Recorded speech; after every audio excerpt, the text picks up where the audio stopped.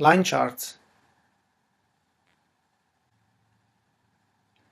There are three main types of charts used to analyze market trends and stock values: line charts, bar charts, and candlestick charts.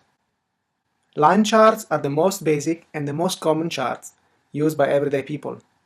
Examples of line charts are house price trends, electric and gas usage bills, weather data reports, etc.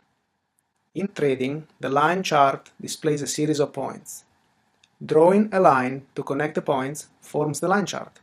The points represent the closing price of a specific time frame: 1 minute, 5 minutes, 10 minutes, 30 minutes, hourly, daily, weekly, monthly.